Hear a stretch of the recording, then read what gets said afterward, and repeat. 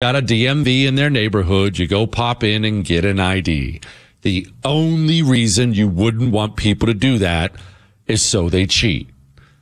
These are people who will cheat everywhere they're able to cheat. Are they going to be able to do enough of it to swing an election? I don't know. Maybe. I don't know. How do we know that? I don't know. But what they don't do, what they don't ever do is back off or worry about going too far. Remember, the communist, we've talked about this all the time. His greatest strength is also his biggest weakness. He doesn't know how to stop or slow down. He only moves forward. Even when he's going way too far and he's taking it too far and he should stop and should slow down, he can't help himself. Do you remember, here's a great example of this. Remember the school closures? Why did school closures happen? Well, school closures happened because of idiotic 15 days to slow the spread. But why did they stay closed? They stayed closed because Democrats wanted them staying closed. The teachers' unions, who really, they are a huge part of the Democrat Party, they wanted the schools to stay closed. Well, what is the real strength of the Democrat Party in America, of the Communist Party in America? What is the real strength of it? Their strength is their ability to educate your kids and our kids.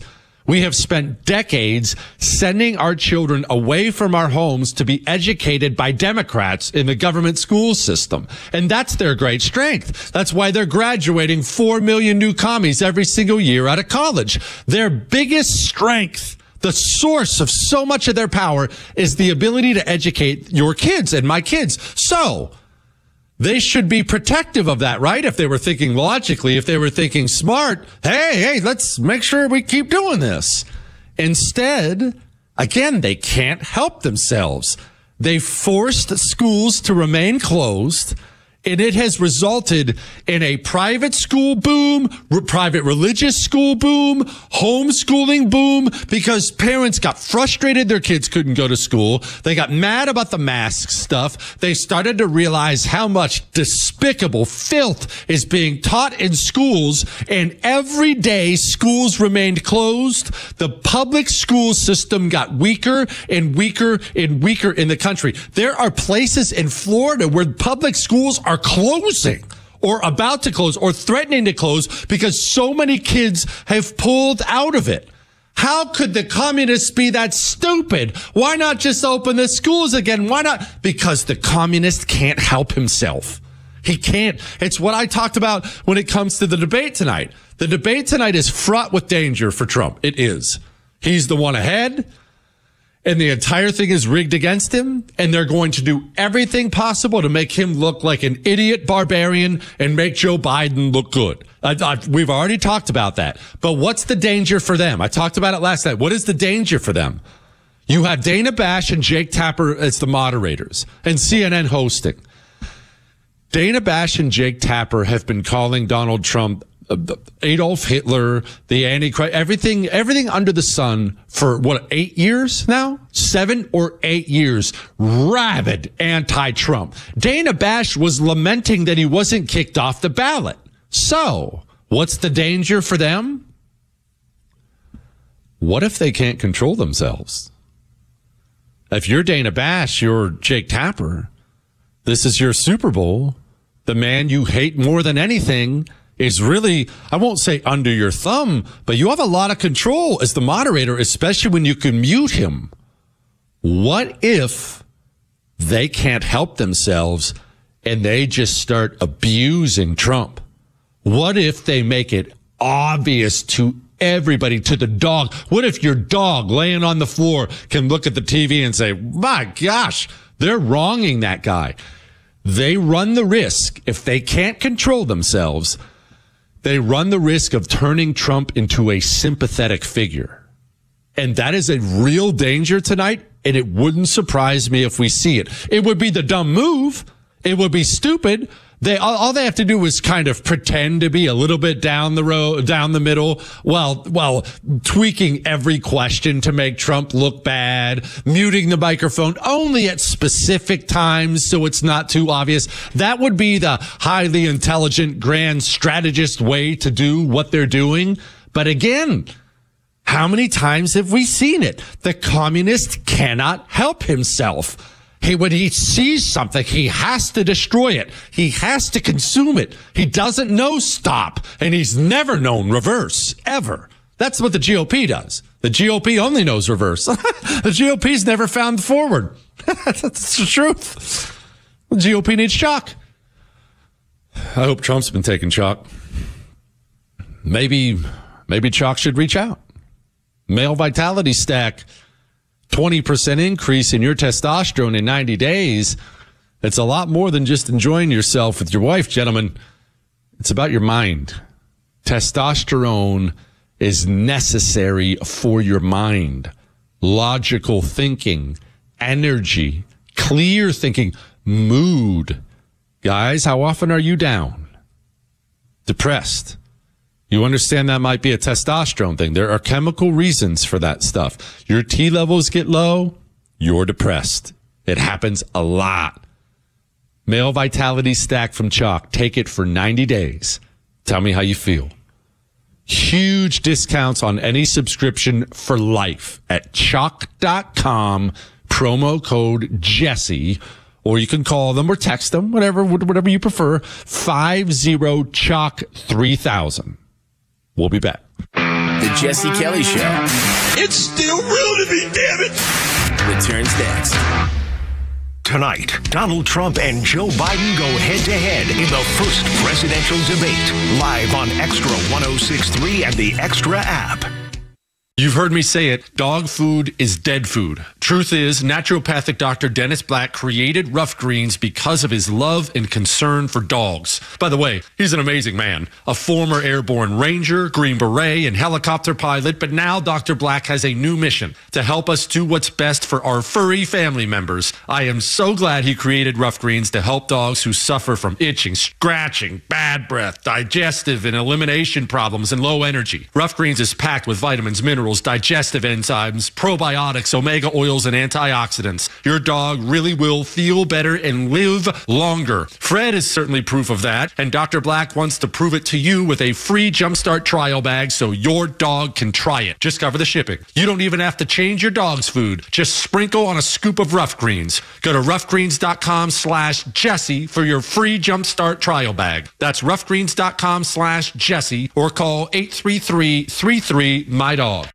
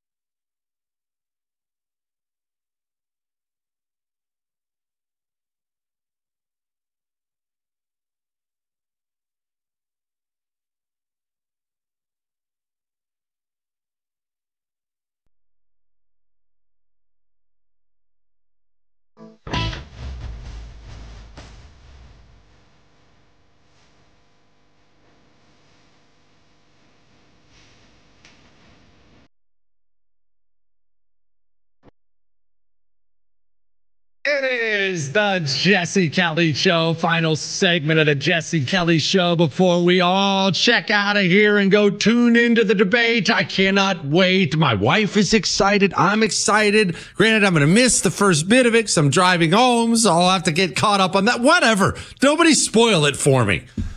You can email me, jesse@jessekellyshow.com, your Ask Dr. Jesse questions for tomorrow. And in case you don't know, I hate to bring you this breaking news, but when you mute a microphone, you can't hear the person who's muted. And maybe you're saying, Jesse, that's crazy. You got to be wrong. No, I'm serious. CNN demonstrated it. If we go behind the podiums, you can see two green lights. When they're on, they signal to the candidate his microphone is on. When the green lights are off, they signal to the candidate his microphone is off. Now I want to give you a sense of what it will look like for viewers at home if a candidate whose microphone is off interrupts a candidate whose microphone is on. And so let's say I'm answering a question. My light is green and I'm speaking. Phil's microphone is off and his green lights are not illuminated. He's going to interrupt me as I'm speaking, and this is what it will sound like. My volume remains constant while Phil's interruption can be difficult to understand. Now, let's try the opposite. My microphone is now on. Victor's microphone is off, and he's going to interrupt me. My volume remains constant, while Victor's interruption can be difficult to understand. I am so blown away right now. Aren't you floored by that? I don't know what we would have done. How would we even have watched the debate without that explainer video? Did you know that when the microphone is off, we won't be able to hear that guy? That is, whoa. What kind of space age technology is this?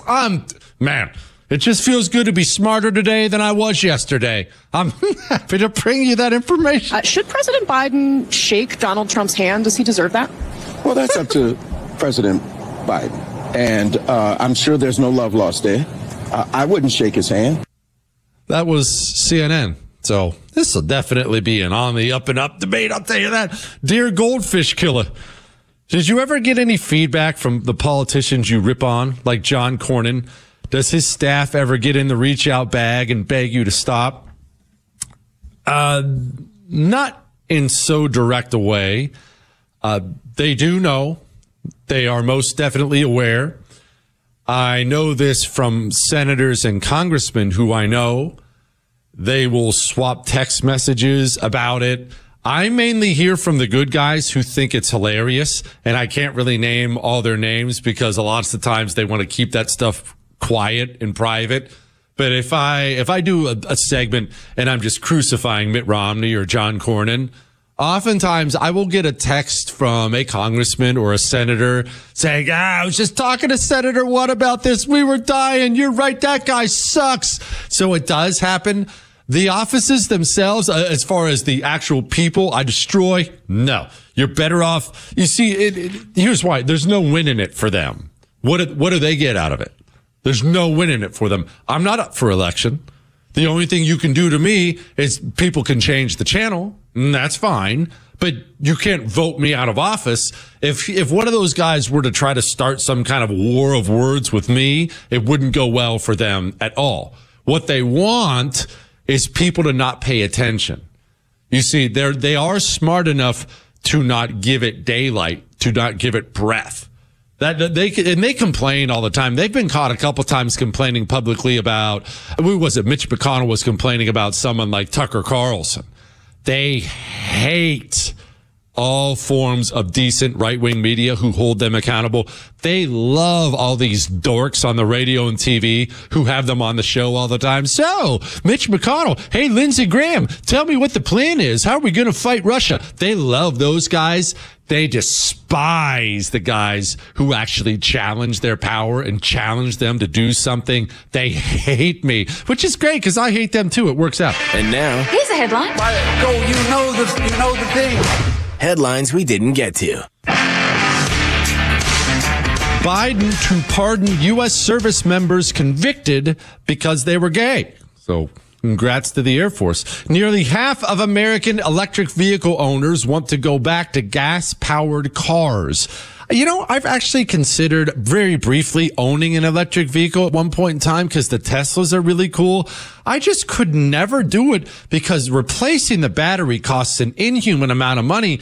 And the lines at the charging stations, when I stop to fill up, when the Kelly's road trip, you're not allowed to go pee. We restrict our liquids because we are getting to where we're going. I'm dang sure not stopping for 30 minutes and waiting in line to charge up. My blood pressure can't handle that. Massachusetts governor sends teams to the border to beg illegal immigrants not to come to the sanctuary Bay State. I can't believe I'm saying this. You know, I'm loath to give the GOP credit for anything, but Greg Abbott, governor of Texas, has many problems with him as I have. Shipping illegals to sanctuary states. Yeah, it was a political stunt. One of the most effective political stunts I have ever seen the GOP pull off. Oh, sanctuary state? Good. Here's another 10,000 illegals. How you liking them? Alvin Bragg accused of unlawful discrimination in hiring in new filing. No way. The dirty George Soros street communist was discriminating during his hiring? You don't say. Ilhan Omar failed to report assets stemming from husband's shady wine and weed ventures. Of course he's in that. Ethics complaint charges.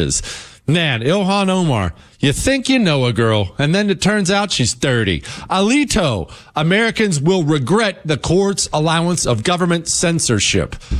And the court that allowed government censorship, Brett Kavanaugh, Amy Coney Barrett, somehow the ones we choose do us wrong. The ones they choose do us wrong. The ones we choose do us wrong.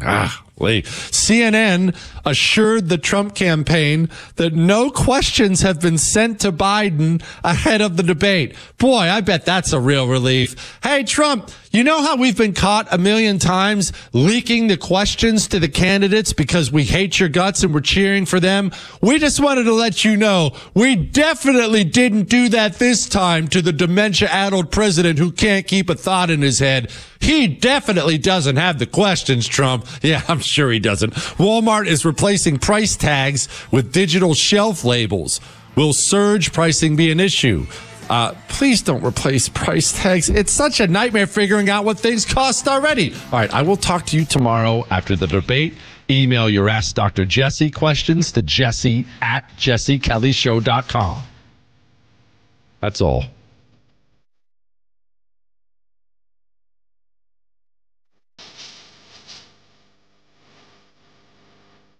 Since the terror attacks on October 7th, anti-Semitism has been on the rise. Not just in Israel, but here at home in the U.S. and around the world. That's why I have partnered with the International Fellowship of Christians and Jews, and today I am coming to you to ask that you stand with us and the IFCJ to raise your voice just as Oscar Schindler and Corrie ten Boom did. The pledge is asking Christians to stand with their Jewish brothers and sisters, to never be silent, to show the Jewish people they are not alone. They have God and Christians on their side. For the month of June, we are asking Christians to sign this pledge, which will be delivered to the President of Israel to show that Christians in America are not only standing in solidarity, but they are speaking up too. Let's take a stand today with the International Fellowship of Christians and Jews to let the Jewish people know that they're not alone. To sign the pledge, go to supportifcj.org. Supportifcj.org to take a stand today.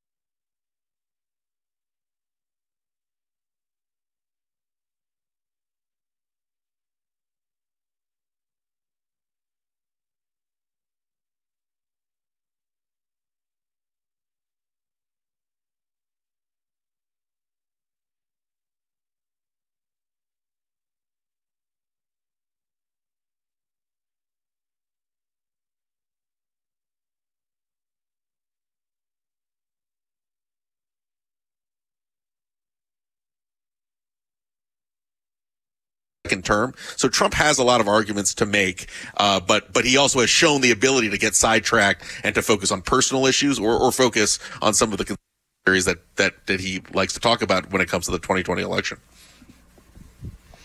We are really just within the final few seconds here, Josh, Jessica. It will be a fascinating 90 minutes, to be sure. To your point, Josh, a lot of questions about age, mental fitness for the president, a lot of questions about temperament and control for the former president. Again, this CNN presidential debate happening in CNN studios in downtown Atlanta, a different format veering away from the Commission on Presidential Debates. So without further ado, let's get to the main event. It is time for the Fox News Democracy 24 special coverage of the CNN presidential debate simulcast on Fox News Radio.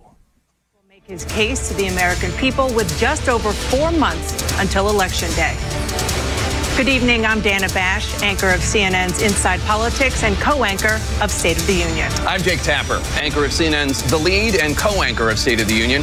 Dana and I will co-moderate this evening. Our job is to facilitate a debate between the two candidates tonight. Before we introduce them, we want to share the rules of the debate with the audience at home. Former President Trump will be on the left side of the screen. President Biden will be appearing on the right. A coin toss determined their positions. Each candidate will have 2 minutes to answer a question and 1 minute each for responses and rebuttals. An additional minute for follow-up, clarification, or response is at the moderator's discretion. When it's time for a candidate to speak, his microphone will be turned on and his opponent's microphone will be turned off. Should a candidate interrupt when his microphone is muted, he will be difficult to understand for viewers at home. At the end of the debate, each candidate will get 2 minutes for closing statements. There is no studio audience tonight. Pre-written notes, props, or contact with campaign staff are not permitted during the debate.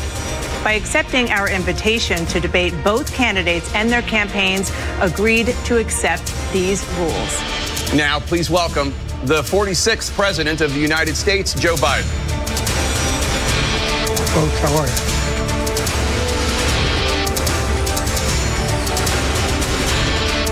Great to be here. Thank you. And please welcome the 45th President of the United States, Donald Trump.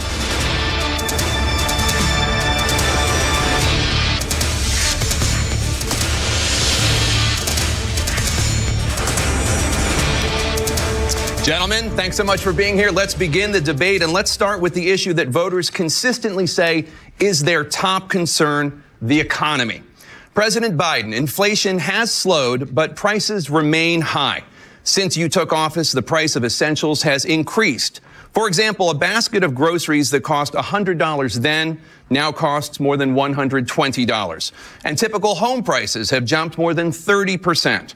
What do you say to voters who feel they are worse off under your presidency than they were under President Trump? We got to take a look at what I was left when I became president and what Mr. Trump left me. We had an economy that was in free fall. The pandemic was so badly handled. Many people were dying. All he said was, it's not that serious. Just inject a little bleach into your arm. You'll be all right. The economy collapsed. There were no jobs. Unemployment rate rose to 15%. It was terrible. And so what we had to do is try to put things back together again. And that's exactly what we began to do. We created 15,000 new jobs. We brought out the position where we have 800,000 new manufacturing jobs. But there's more to be done. There's more to be done. Working class people are still in trouble. I come from Scranton, Pennsylvania. I come of a household where the kitchen table, if the things weren't able to be met during the month, it was a problem. Price of eggs, the price of gas, the price of housing, the price of a whole range of things. That's why I'm working so hard to make sure I deal with those problems. That we're going to make sure that we reduce the price of housing. We're going to make sure we build 2 million new units. We're going to make sure we cap rents so corporate greed can't take over. The combination, what I was left with in corporate greed, is the reason why we're in this problem right now. In addition to that, we're in a situation where if you take a look at all that was done in his administration, he didn't do much at all. By the time he left, things were in chaos. Literally chaos. And so we put things back together. We created, I said, those jobs. We make sure we had a situation where we now we brought down the price of prescription drugs, which is a major issue for many people, to $15 for a insulin shot as opposed to $400. No senior has to pay more than $200 for any drug, all the drugs they can include beginning next year. And the situation is we're going to make that available to everybody, to all Americans. So we're working to bring down the price around the kitchen table, and that's what we're going to get done. Thank you. President Trump? We have the greatest economy in the history of our country. We have never done so well. Everybody was amazed by it. Other countries were copying us. We got hit with COVID. And when we did, we spent the money necessary so we wouldn't end up in a Great Depression, the likes of which we had in 1929. By the time we finished, so we did a great job. We got a lot of credit for the economy, a lot of credit for the military, and no wars and so many other things. Everything was rocking good. But the thing we never got the credit for, and we should have, is getting us out of that COVID mess. He created mandates that was a disaster for our country. But other than that, we had given them back a country where the stock market actually was higher than pre-COVID, and nobody thought that was even possible. The only jobs he created are for illegal immigrants and bounce-back jobs, a bounce back from the COVID. He has not done a good job. He's done a poor job, and inflation's killing our country. It is absolutely killing us. Thank you. President Biden? Well, look, the greatest economy in the world. He's the only one who thinks that, I think. I don't know anybody else who thinks he had the greatest economy in the world. And, you know, the fact of the matter is that we find ourselves in a situation where his economy, he rewarded the wealthy. He had the largest tax cut in American history, $2 trillion. He raised a deficit larger than any president has in any one term. He's the only president other than Herbert Hoover who's lost more jobs than he had when he began, since Herbert Hoover. The idea that he did something that was significant. And the military, you know, when he was president, they were still killing people in Afghanistan. He didn't do anything about that. When he was president, we were still finding ourselves in a position where you had a notion that we were this safe country. The truth is, I'm the only president this century that doesn't have this decade, that doesn't have any troops dying anywhere in the world like he did. President Trump, I want to follow up if I can. Am I allowed to respond to him? Well, I'm going to ask you a follow-up. You can do whatever you want with the minute that we give you. I want to follow up. You want to impose a 10% tariff on all goods coming into the U.S. How will you ensure that that doesn't drive prices even higher? It's not going to drive them higher. It's just going to cost countries that have been ripping us off for years, like China and many others, in all fairness to China. It's going to just force them to pay us a lot of money, reduce our deficit tremendously, and give us a lot of power for other things. But he made a statement. The only thing he was right about is I gave you the largest tax cut in history. I also gave you the largest regulation cut in history. That's why we had all the jobs. And the jobs went down, and then they bounced back, and he's taking credit for bounce back jobs. You can't do that. He also said he inherited 9% inflation. No, he inherited almost no inflation, and it stayed that way for 14 months. And then it blew up under his leadership because they spent money like a bunch of people that didn't know what they were doing. And they don't know what they were doing. It was the worst, probably the worst administration in history. There's never been. And as far as Afghanistan is concerned, I was getting out of Afghanistan, but we were getting out with dignity, with strength, with power. He got out. It was the most embarrassing day in the history of our country's life. President Trump, over the last 8 years, under both of your administrations, the national debt soared to record highs. And according to a new nonpartisan analysis, President Trump, your administration approved $8.4 trillion in new debt. Well, so far, President Biden, you've approved $4.3 trillion in new debt. So, former President Trump, many of the tax cuts that you signed into law are set to expire next year. You want to extend them and go even further, you say. With the U.S. facing trillion-dollar deficits and record debt, why should top earners and corporations pay even less in taxes than they do now? Because the tax cuts spurred the greatest economy that we've ever seen just prior to COVID. And even after COVID, it was so strong that we were able to get through COVID much better than just about any other country. But we spurred, that tax spurred. Now, when we cut the taxes, as an example, the corporate tax was cut down to 21% from 39%, plus beyond that. We took in more revenue with much less tax, and companies were bringing back trillions of dollars back into our country. The country was going like never before. And we were ready to start paying down debt. We were ready to start using the liquid gold right under our feet, the oil and gas right under our feet. We were going to have something that nobody else has had. We got hit with COVID. We did a lot to fix it. I gave him an unbelievable situation with all of the therapeutics and all of the things that we came up with. We gave him something great. Remember, more people died under his administration, even though we had largely fixed it. More people died under his administration than our administration, and we were right in the middle of it, something which a lot of people don't like to talk about. But he had far more people dying in his administration. He did the mandate, which is a disaster, mandating it. The vaccine went out. He did a mandate on the vaccine, which is the thing that people most objected to about the vaccine. And he did a very poor job, just a very poor job. And I will tell you, not only poor there, but throughout the entire world, we're no longer respected as a country. They don't respect our leadership. They don't respect the United States anymore. We're like a third world nation between weaponization of his election, trying to go after his political opponent, all of the things he's done. We've become like a third world nation, and it's a shame. The damage he's done to our country, and I'd love to ask him, and will, why he allowed millions of people to come in here from prisons, jails, and mental institutions to come into our country and destroy our country.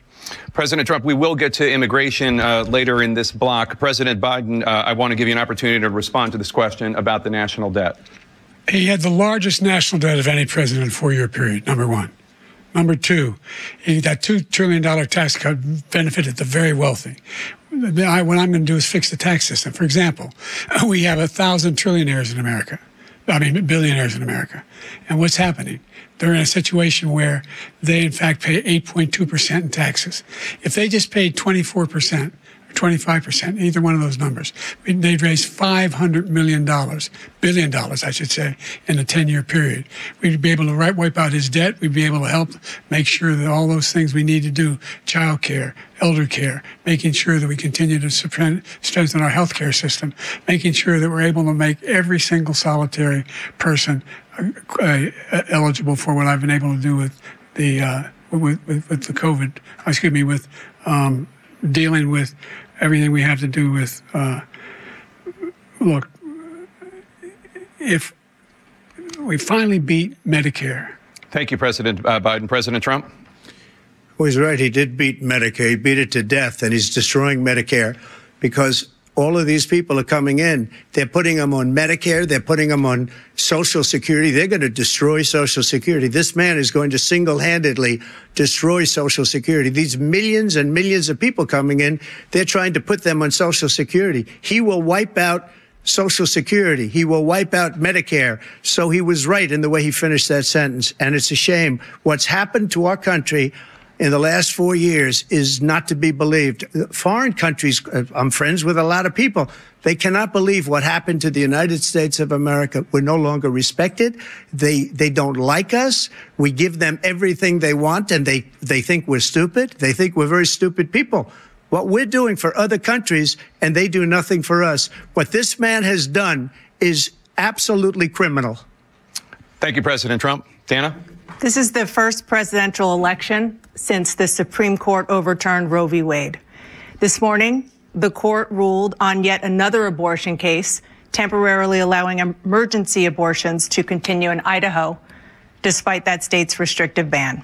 Former President Trump, you take credit for the decision to overturn Roe v. Wade, which returned the issue of abortion to the states. Correct. However, the federal government still plays a role in whether or not women have access to abortion pills.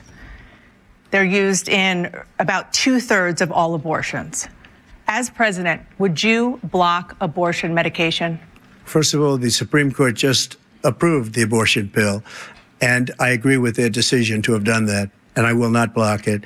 And if you look at this whole question that you're asking, complex, but not really complex. 51 years ago, you had Roe v. Wade, and everybody wanted to get it back to the states. Everybody, without exception. Democrats, Republicans, liberals, conservatives. Everybody wanted it back. Religious leaders. And what I did is I put 3 great Supreme Court justices on the court, and they happened to vote in favor of killing Roe v. Wade. and moving it back to the states. This is something that everybody wanted. Now, 10 years ago or so, they started talking about how many weeks and how many this, getting into other things. But every legal scholar throughout the world, the most respected, wanted it brought back to the states. I did that. Now the states are working it out. If you look at Ohio, it was a decision that was an end result that was a little bit more liberal than you would have thought. Kansas, I would say the same thing. Texas is different. Florida is different. But they're all making their own decisions right now. And right now, the states control it. That's the vote of the people. Like Ronald Reagan, I believe in the exceptions. I am a person that believes. And frankly, I think it's important to believe in the exceptions. Some people, you have to follow your heart. Some people don't believe in that. But I believe in the exceptions for rape, incest, and the life of the mother. I think it's very important. Some people don't. Follow your heart. But you have to get elected also. And because that has to do with other things. You got to get elected. The problem they have is they're radical because they will take the life of a child in the 8th month, the 9th month, and even after birth. After birth, if you look at the former governor of Virginia, he was willing to do this. He said, we'll put the baby aside and we'll determine what we do with the baby, meaning we'll kill the baby. What happened is we brought it back to the states, and the country is now coming together on this issue. It's been a great thing. Thank you. President Biden? It's been a terrible thing, what you've done. The fact is that the vast majority of constitutional scholars supported Roe when it was decided. Supported Roe. And that's this idea that they were all against it is just ridiculous. And this is the guy who says the state should be able to have it. We're in a state where in 6 weeks, you don't even know whether you're pregnant or not, but you cannot see a doctor, and have him decide on what your circumstances are, whether you need help. The idea that states are able to do this is a little like saying we're going to turn civil rights back to the states. Let each state have a different rule. Look, there's so many young women who have been, including a young woman who just was murdered, and he went to the funeral. The idea that she was murdered by an immigrant coming in. They talk about that, but here's the deal: there's a lot of young women who are being raped by their in-laws, by their spouses, brothers and sisters, it's just ridiculous, and they can do nothing about it. And they try to arrest them when they cross state lines. Thank you. There have been many young women murdered by the same people he allows to come across our border.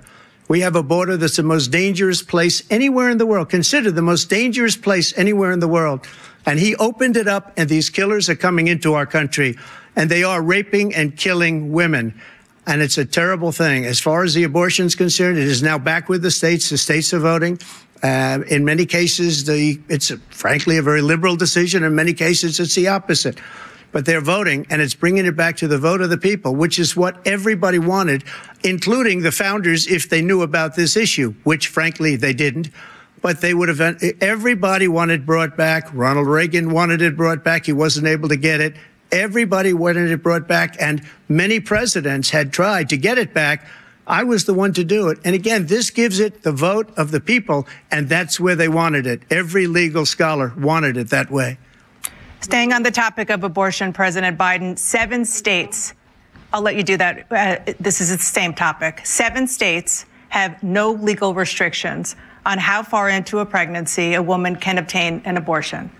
Do you support any legal limits on how late a woman should be able to terminate a pregnancy? I supported Roe v. Wade, which had 3 trimesters.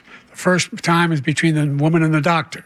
Second time is between the doctor and an extreme situation. The third time is between the doctor, between the woman and the state. The idea that the politicians, that the founders wanted the politicians to be the ones making decisions about women's health is ridiculous. That's the last. No politician should be making that decision. A doctor should be making those decisions. That's how it should be run. That's what you're going to do. And if I'm elected, I'm going to restore Roe v. Wade. So that means he can take the life of the baby in the 9th month and even after birth, because some states, Democrat run, take it after birth. Again, the former governor of Virginia, put the baby down, then we decide what to do with it. So he's willing to, as we say, rip the baby out of the womb in the 9th month and kill the baby. Nobody wants that to happen, Democrat or Republican. Nobody wants it to happen. You're lying. That is simply not true. that Roe v. Wade does not provide for that. That's not the circumstance. Only if a woman's life is in danger, she's going to die. That's the only circumstance in which that can happen. But we are not for late-term abortion, period. Period, period. Under Roe v. Wade, you have late-term abortion. You can do whatever you want, depending on the state. You can do whatever you want.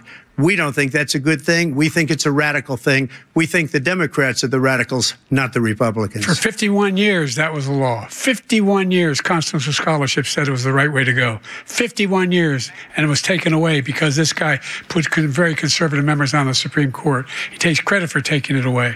What's he going to do? What's he going to do, in fact, if the MAGA Republicans, he gets elected, and the MAGA Republicans control the Congress, and they pass a universal ban on abortion, period, across the board at 6 weeks or 7 or 8 or 10 weeks, something very, very conservative. Is he going to sign that bill? I'll veto it. He'll sign it. Thank you. Let's turn now to the issue of immigration and border security. President Biden, a record number of migrants have illegally crossed the southern border on your watch. Overwhelming border states and overburdening cities such as New York and Chicago, and in some cases causing real safety and security concerns. Given that, why should voters trust you to solve this crisis? Because we worked very hard to get a bipartisan agreement that not only changed all of that, it made sure that we are in a situation where you had no circumstance where they could come across the border with the number of border police there are now. We significantly increased the number of asylum officers. By the way, the Border Patrol endorsed my position. In addition to that, we found ourselves in a situation where when he was president, he was separating babies from their mothers, putting them in cages, making sure the families were separated. That's not the right way to go. What I've done since I've changed the law, what's happened? I've changed it in a way that now you're in a situation where there are 40% fewer people coming across the border illegally. That's better than when he left office. And I'm going to continue to move until we get the total ban on the total initiative relative to what we're going to do with more Border Patrol and more asylum officers. President Trump? I really don't know what he said at the end of that sentence. I don't think he knows what he said either. Look, we had the safest border in the history of our country. The border, all he had to do was leave it. All he had to do was leave it. He decided to open up our border, open up our country to people that are from prisons, people that are from mental institutions, insane asylum, terrorists. We have the largest number of terrorists coming into our country right now, all terrorists, all over the world, not just in South America, all over the world. They come from the Middle East, everywhere. All over the world, they're pouring in. And this guy just left it open. And he didn't need legislation because I didn't have legislation. I said, close the border. We had the safest border in history. In that final couple of months of my presidency, we had, according to Border Patrol, who is great, and by the way, who endorsed me for president, but I won't say that, but they endorsed me for president. Brandon, just speak to him. But look, we had the safest border in history. Now we have the worst border in history. There's never been anything like it. And people are dying all over the place, including the people that are coming up in caravans. Thank you, President Trump. President Biden? The only terrorist who's done anything crossing the border is one who came along and killed three, under his administration, killed an al-Qaeda person come in his administration, killed three American soldiers, killed 3 American soldiers. That's the only terrorist that's there. I'm not saying no terrorist ever got through, but the idea they're emptying their prisons, we're welcoming these people, that's simply not true. There's no data to support what he said. Once again, he's exaggerating, he's lying. President Trump, staying on the topic of immigration, you've said that you're going to carry out, quote, the largest domestic deportation operation in American history, unquote. Does that mean that you will deport every undocumented immigrant in America, including those who have jobs, including those whose spouses are citizens, and including those who have lived here for decades? And if so, how will you do it? Just 1 second. He said we killed 3 people. The people we killed are al-Baghdadi and Soleimani, the 2 greatest terrorists, biggest terrorists anywhere in the world. And it had a huge impact on everything, not just border, on everything. He's the one that killed people with the bad water, including hundreds of thousands of people dying and also killing our citizens when they come in. We are living right now in a rat's nest. They're killing our people in New York, in California, in every state in the union, because we don't have borders anymore. Every state is now a border. And because of his ridiculous, insane and very stupid policies, people are coming in and they're killing our citizens at a level that we've never seen. We call it migrant crime. I call it Biden migrant crime. They're killing our citizens at a level that we've never seen before. And you're reading it like these 3 incredible young girls over the last few days. One of them, I just spoke to the mother, and they just had the funeral for this girl, 12 years old. This is horrible what's taken place. What's taken place in our country, we're literally an uncivilized country now. He doesn't want it to be. He just doesn't know. He opened the borders. Nobody's ever seen anything like. And we have to get a lot of these people out, and we have to get them out fast because they're going to destroy our country. Just take a look at where they're living. They're living in luxury hotels in New York City and other places. Our veterans are on the street. They're dying because he doesn't care about our veterans. He doesn't care. He doesn't like the military at all. And he doesn't care about our veterans. Nobody been worse. I had the highest approval rating for veterans taking care of the VA. He has the worst. He's gotten rid of all the things that I approved. Choice that I got through Congress, all of the different things I approved, they abandoned. We had by far the highest, and now it's down in less than half because he's done all these great things that we did. And I think he did it just because I approved it, which is crazy. But he has killed so many people at our border by allowing all of these people to come in. And it's a very sad day in America. President Biden, you have the mic. Every single thing he said is a lie. Every single one. For example, veterans are a hell of a lot better off since I passed the PACT Act. 1 million of them now have insurance, and their families have it. Their families have it because what happened, whether it was Agent Orange or burn pits, they're all being covered now. And his group opposed that. We're also in a situation where we have great respect for veterans. My son spent a year in Iraq, living right next to one of those burn pits, came back with stage 4 glioblastoma. I was recently in France for D-Day, and I spoke all about those heroes that died. I went to the World War I cemetery he refused to go to. He was standing with his 4-star general, and he told me, he said, I don't want to go in there because they're a bunch of losers and suckers. My son was not a loser, was not a sucker. You're the sucker. You're the loser. President Trump? First of all, that was a made-up quote, suckers and losers. They made it up. It was in a third-rate magazine that's failing, like many of these magazines. He made that up. He put it in commercials. We've notified him. We had 19 people that said I didn't say it. And think of this. Who would say I'm at a cemetery or I'm talking about our veterans? Because nobody's taken better care. I'm so glad this came up and he brought it up. There's nobody that's taken better care of our soldiers than I have.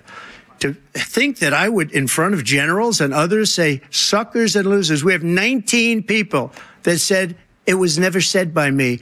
It was made up by him, just like Russia was made up, just like the 51 intelligence agents are made up, just like the new thing with the 16 economists are talking. It's the same thing. 51 intelligence agents said that the laptop was Russia disinformation. It wasn't. That came from his son, Hunter. It wasn't Russia disinformation. He made up the suckers and losers, so he should apologize to me right now. A 4-star general standing to your side who was on your staff who said you said it, period. That's number one. And number two, the idea that I have to apologize to you for anything along the line. We've done more for veterans than any president has in American history. And they now are in their family. The only sacred obligation we have as a country is to care for our veterans when they come home and their families and equip them when they go to war.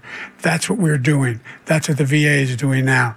They're doing more for veterans than ever before in our history. All right. Thank you so much. Let's move to the topic of foreign policy. I want to begin with Russia's war against Ukraine, which is now in its 3rd year.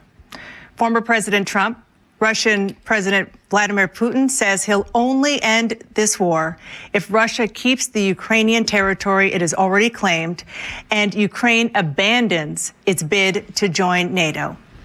Are Putin's terms acceptable to you? First of all, our veterans and our soldiers can't stand this guy.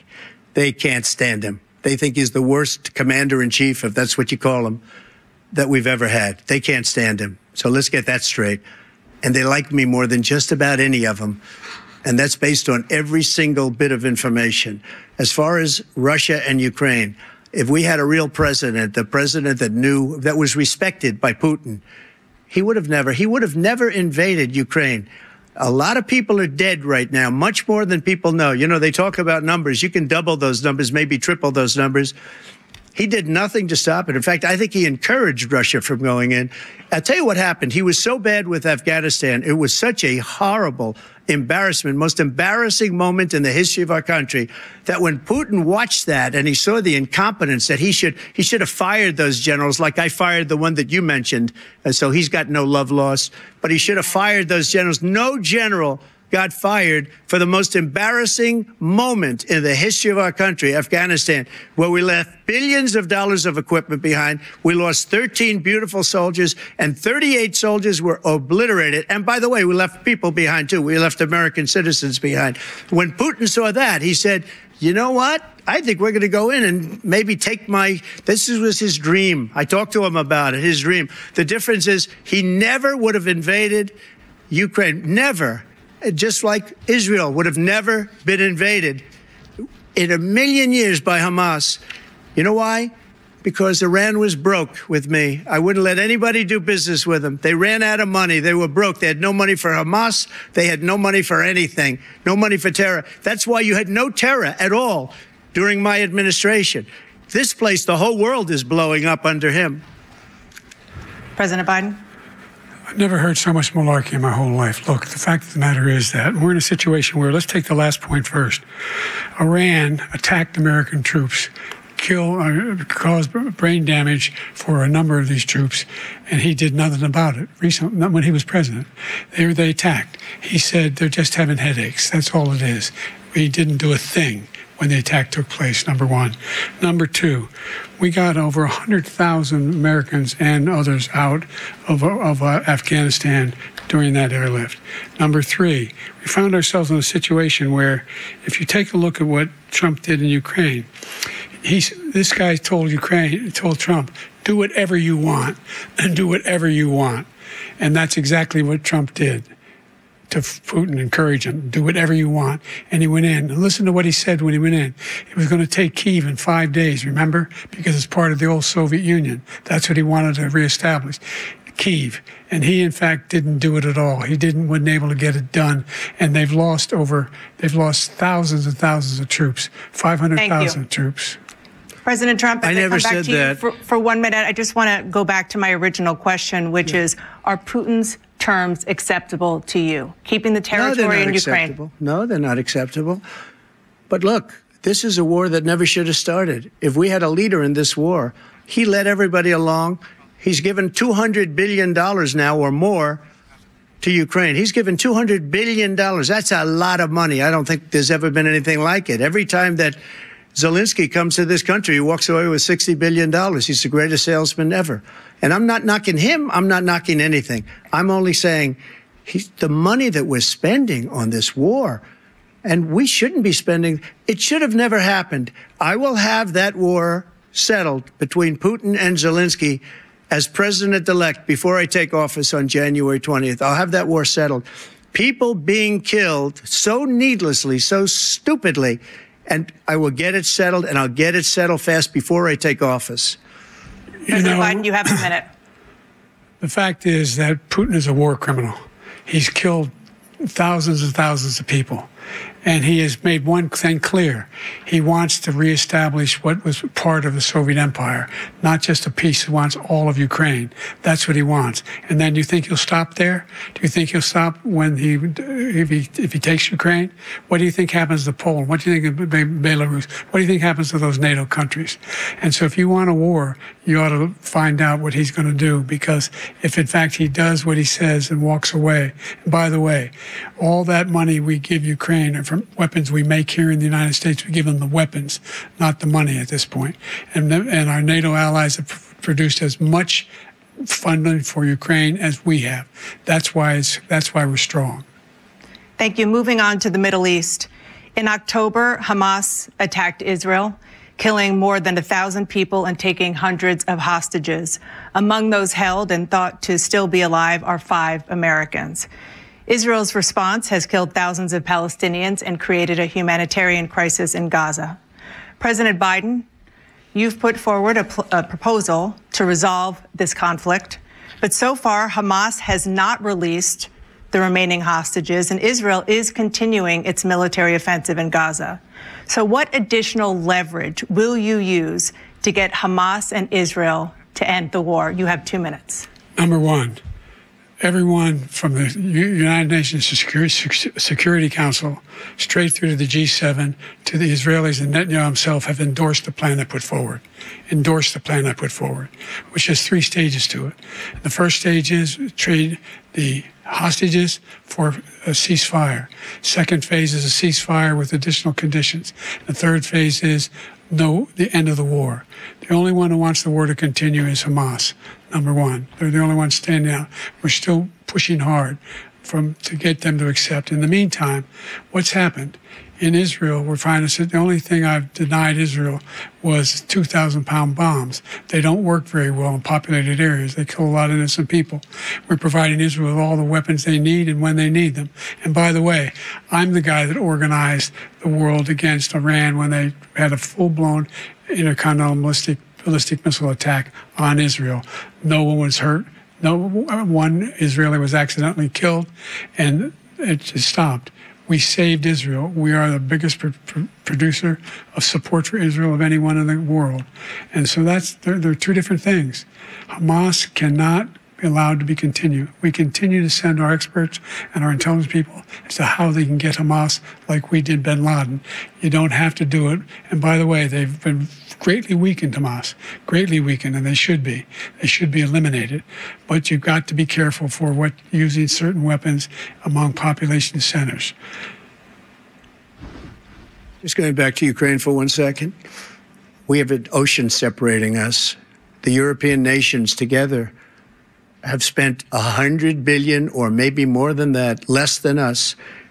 Why doesn't he call them and say, you got to put up your money like I did with NATO? I got them to put up hundreds of billions of dollars. The Secretary General of NATO said Trump did the most incredible job I've ever seen.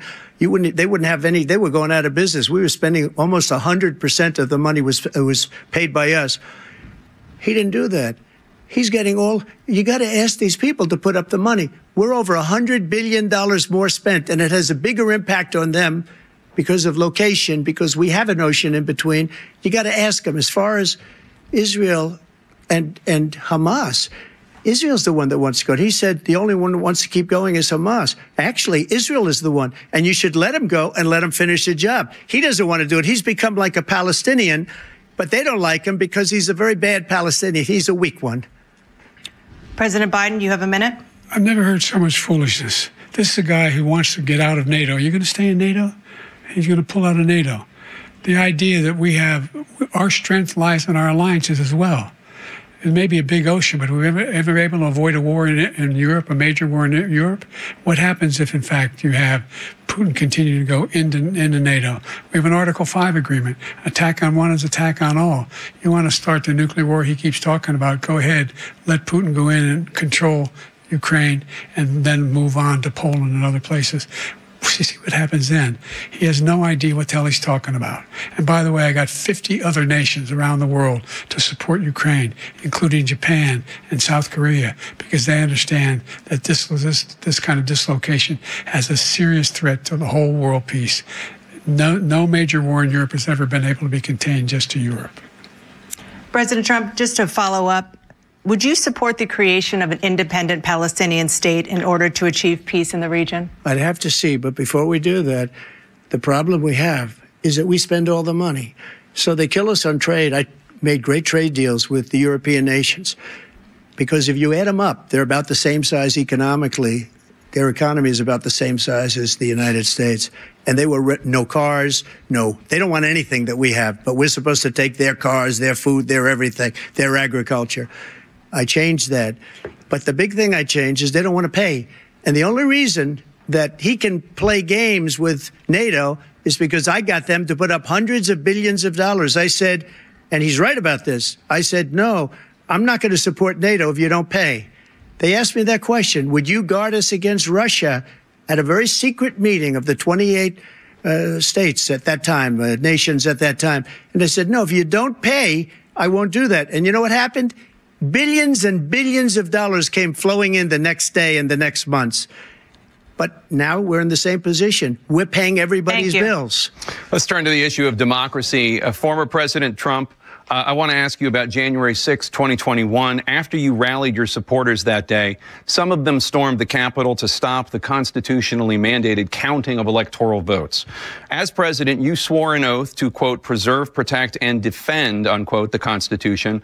What do you say to voters who believe that you violated that oath through your actions and inaction on January 6th and worry that you'll do it again? Well, I don't think too many believe that. And let me tell you about January 6th. On January 6th, we had a great border. Nobody coming through, very few. On January 6th, we were energy independent. On January 6th, we had the lowest taxes ever. We had the lowest regulations ever. On January 6th, we were respected all over the world. All over the world, we were respected. And then he comes in, and we're now laughed at. We're like a bunch of stupid people. What happened to the United States' reputation under this man's leadership is horrible, including weaponization, which I'm sure at some point you'll be talking about, where he goes after his political opponent because he can't beat him fair and square.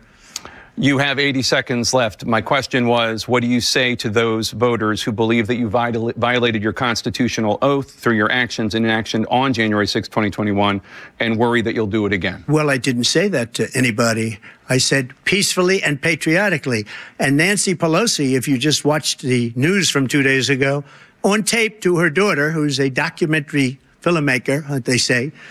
But she's saying, oh, no, it's my responsibility. I was responsible for this because I offered her 10,000 soldiers or National Guard, and she turned them down. And the mayor in writing, by the way, the mayor in writing turned it down, the mayor of D.C. They turned it down. I offered 10,000 because I could see I had virtually nothing to do. They asked me to go make a speech. I could see what was happening. Everybody was saying they're going to be there on January 6th. They're going to be there. And I said, you know what? There's a lot of people coming. You could feel it. You could feel it, too, and you could feel it. And I said, they ought to have some National Guard or whatever. And I offered it to her. And she now admits that she turned it down. And it was the same day she was, I don't know, she can't be very happy with her daughter because it made her into a liar. She said, I take full responsibility for January 6th. President Biden? Look, he encouraged those folks to go up to Capitol Hill, number one. I sat in the dining room off the Oval Office. He sat there for 3 hours watching, begging, being begged by his vice president and a number of his colleagues on the Republican side as well to do something, to call for a stop, to end it. Instead, they talked about these people being patriots and great patrons of America. In fact, he says he'll now forgive them for what they've done. They've been convicted. He says he wants to commute their sentences and say that no.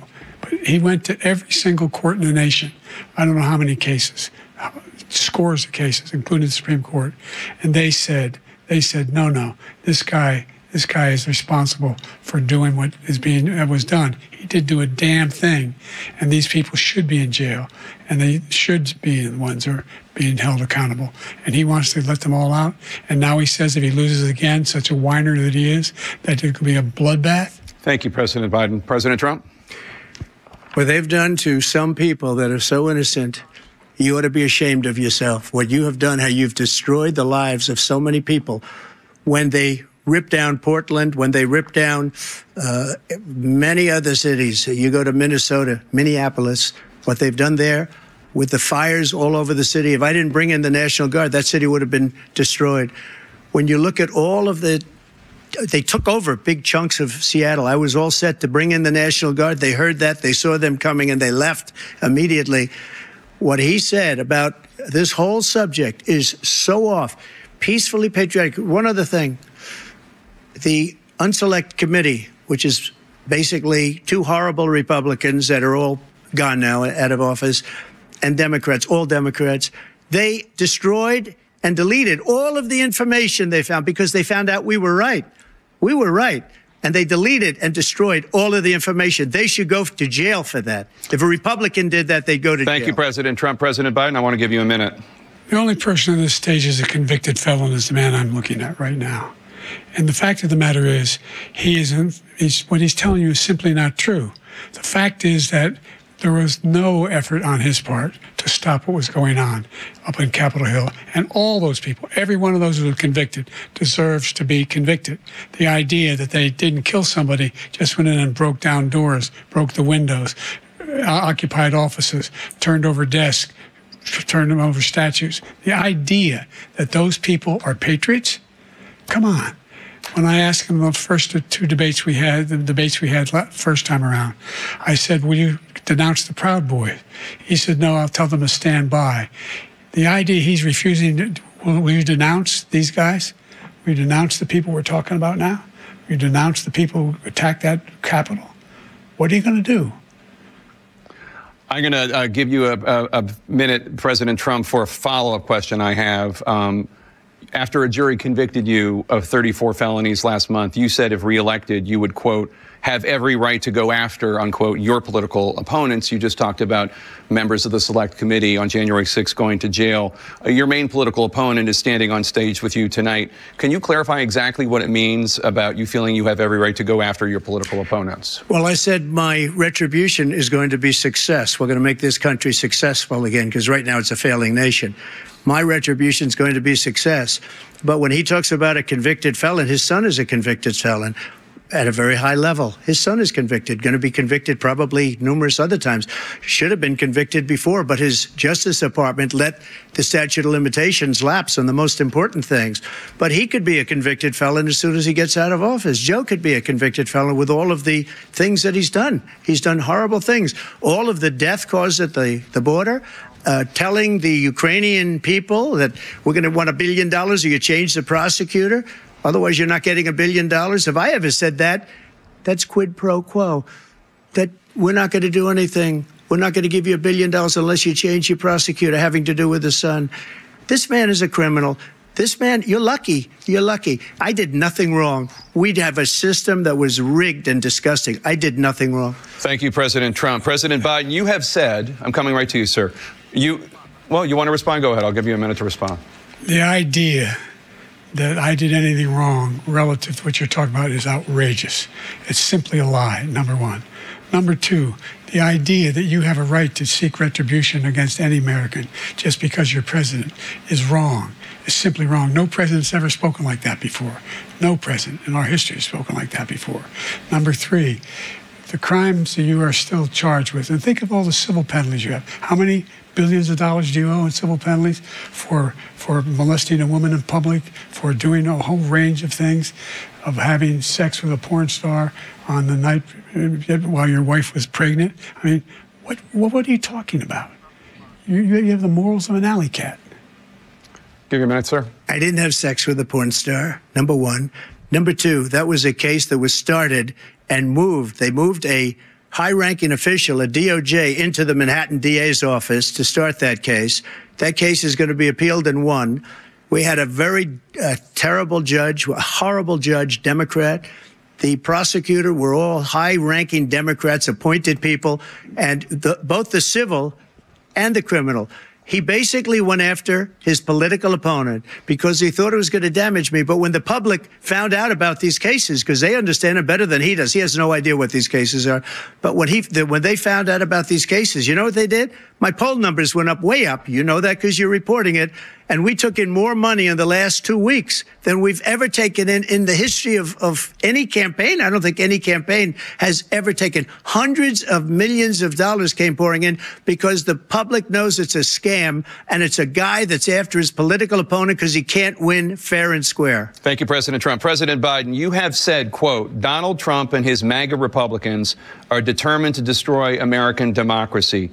Do you believe that the tens of millions of Americans who are likely to vote for President Trump will be voting against American democracy?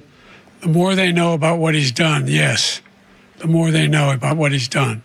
And there's a lot more coming. He's got a lot of cases down the road coming around. He's got a whole range of issues he has to face. I don't know what the juries will do, but I do know he has a real problem.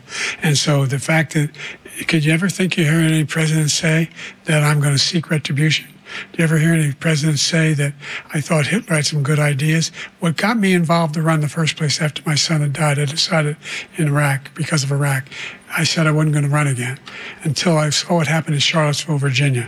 People coming out of the woods carrying swastikas on torches, and singing the same anti-Semitic bile they sang when back in Germany. And the young woman got killed. They spoke to the mother, and they asked him. They said, "What do you think of those people? The ones who got killed, the one who tried to stop it, and the ones," he said, "I think they're fine people on both sides." What American president would ever say Nazis coming out of fields carrying torches, singing the same anti-Semitic bile, carrying swastikas were fine people? And this is a guy who says Hitler's done some good things. I'd like to know what they are. The good things Hitler's done, that's what he said. This guy has no sense of American democracy. President Trump. Jake, both of you know that story has been totally wiped out, because when you see the sentence, it said 100% exoneration on this. So he just keeps it going. He says he ran because of Charlottesville. He didn't run because of Charlottesville. He ran because it was his last chance. He's not equipped to be president. You know it, and I know it. It's ridiculous. We have a debate. We're trying to justify his presidency. His presidency is, without question, the worst president, the worst presidency in the history of our country. We shouldn't be having a debate about it. There's nothing to debate. He made up the Charlottesville story, and you'll see it's debunked all over the place. Every reasonable anchor has debunked it. And just the other day it came out where it was fully debunked. It's a nonsense story. He knows that, and he didn't run because of Charlottesville. He used that as an excuse to run. President Biden? And debunked. It happened. All you have to do is listen to what was said at the time.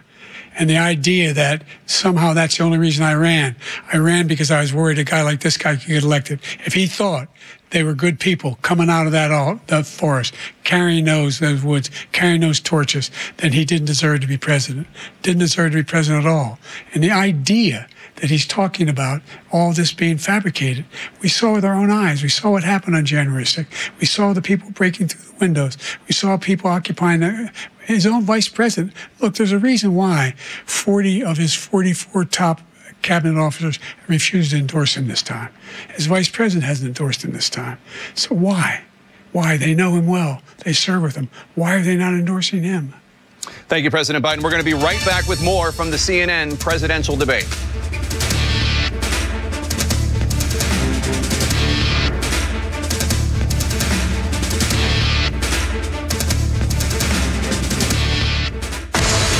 Fox News Audio's Democracy 24 special coverage of the CNN presidential debate simulcast on Fox News Radio continues next.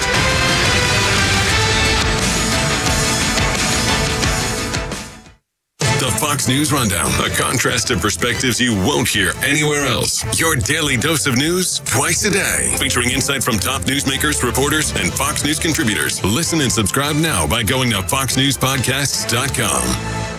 I'm Dana Perino, co-host of The Five and co-anchor of America's Newsroom. Join me for my podcast, Perino on Politics. Every Monday, I'm going to talk to people I trust in politics as they tell me what they're seeing and thinking in the 2024 election cycle. The summer's kicking off with heated issues, and this week's guest is coming in hot. I'm joined by the host of The Ben Shapiro Show, Ben Shapiro, as we discuss everything from the state of the presidential race to the state of our culture. Available now on Apple, Spotify, and FoxNewsPodcasts.com.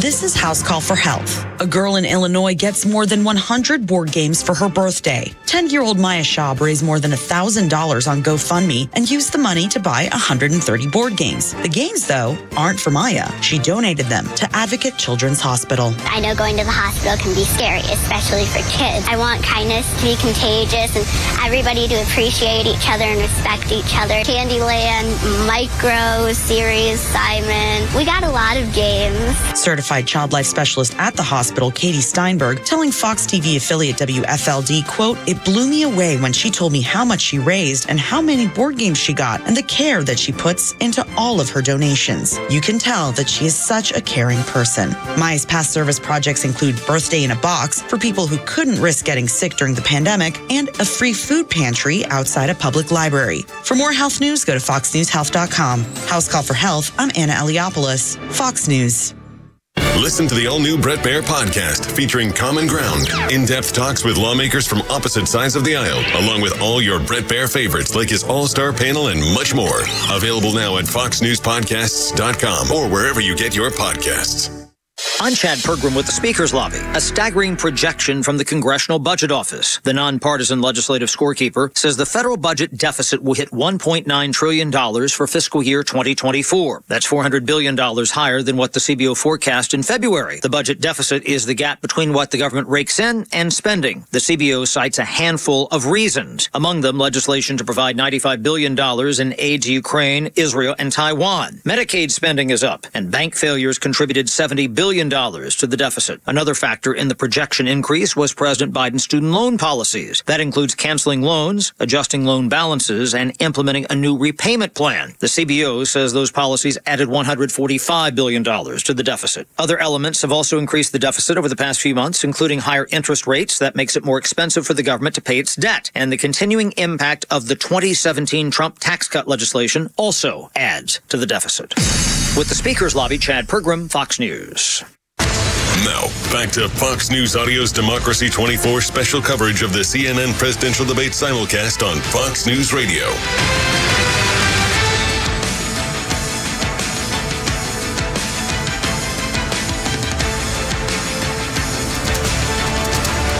Welcome back to the CNN presidential debate live from Georgia.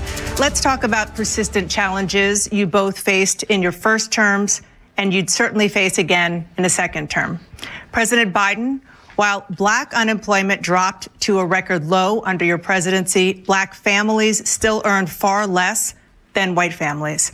Black mothers are still 3 times more likely to die from pregnancy-related causes, and black Americans are imprisoned at 5 times the rate of white Americans. What do you say to black voters who are disappointed that you haven't made more progress? They acknowledge they made a lot of progress, number one. The fact of the matter is there's more small black businesses that have been started than any time in history. Number two, the wages of black unemployment is the lowest level it's been in a long, long time. Number three, we're providing housing for black Americans and dealing with the segregation that exists among these corporations that collude to keep people out of their houses. And in addition to that, we find that the impact on the choice that black families have to make relative to child care is incredibly difficult. When we did the first major piece of legislation in the past, I was able to reduce black child care costs. I cut them in half. We got to make sure we provide for child care costs. We got to make sure, because when you provide those child care protections, you increase economic growth because more people can be in the job market. So there's more to be done, considerably more to be done. But we've done a great deal so far, and I'm not letting up, and they know it. You have 49 seconds left. What do you say to black voters who are disappointed with the progress so far? I say I don't blame them for being disappointed. Inflation is still hurting them badly. For example, I provided for the idea that any black family first-time home buyer should get a $10,000 tax credit to be able to buy their first home so they can get started. I made sure that we're in a situation where all those black families and those black individuals who had to take out student loans that were ballooning, that if they were engaged in nursing, doctor, and anything having to do with volunteerism, if they paid their bills for 10 years on their student debt, all the rest was forgiven after 10 years. Millions have benefited from that. And we're going to do a whole lot more for black families. Thank you, President Trump. And he caused the inflation. He's blaming inflation, and he's right, it's been very bad. He caused the inflation, and it's killing black families and Hispanic families and just about everybody. It's killing people. They can't buy groceries anymore. They can't. You look at the cost of food where it's doubled and tripled and quadrupled. They can't live. They're not living anymore. He caused this inflation. I gave him a country with essentially no inflation. It was perfect. It was so good. All he had to do is leave it alone. He destroyed it with his Green New Scam and all this money that's being thrown out the window. He caused inflation. As sure as you're sitting there, the fact is that his big kill on the black people is the millions of people that he's allowed to come in through the border. They're taking black jobs now, and it could be 18, it could be 19, and even 20 million people. They're taking black jobs, and they're taking Hispanic jobs, and you haven't seen it yet, but you're going to see something that's going to be the worst in our history. Thank you. President Biden? There was no inflation when I became president. You know why? The economy was flat on its back. 15% unemployment. He decimated the economy, absolutely decimated the economy. That's why there was no inflation at the time. There were no jobs. We provided thousands of millions of jobs for individuals who are in all communities, including minority communities. We made sure that they have health insurance. We have covered, the ACA has increased. I made sure that they're $8,000 per person in a family to get written off for health care. But this guy wants to eliminate that. They tried 50 times. He wants to get rid of the ACA again, and they're going to try again if they win. We find ourselves in a position where the idea that we're not doing any. We put more police on the street than any administration has. He wants to cut the cops. We're providing for equity and making sure people have a shot to make it. There's a lot going on, but in inflation, he caused it by his tremendous malfeasance in the way he handled the pandemic. Thank you. Another persistent challenge is the climate crisis. 2023 was the hottest year in recorded history, and communities across the country are confronting the devastating effects of extreme heat, intensifying wildfires, stronger hurricanes, and rising sea levels. Former President Trump, you've vowed to end your opponent's climate initiatives, but will you take any action as president to slow the climate crisis? Well, let me just go back to what he said about the police, how close the police are to him. Almost every police group in the nation from every state is supporting Donald J. Trump. Almost every police group. And what he's done to the black population is horrible, including the fact that for 10 years he called them super predators. In the 1990s, we can't forget that. Super predators was his name, and he called it to them for 10, and they've taken great offense at it, and now they see it happening. But when they see what I did for criminal justice reform and for the historically black colleges and universities, where I funded them and got them all funded, and the opportunity zones with Tim, as you know, Tim Scott was incredible. He did a great job, great senator from South Carolina. He came to me with the idea, and it was a great idea. It's one of the most successful economic development acts ever in the country, opportunity zones.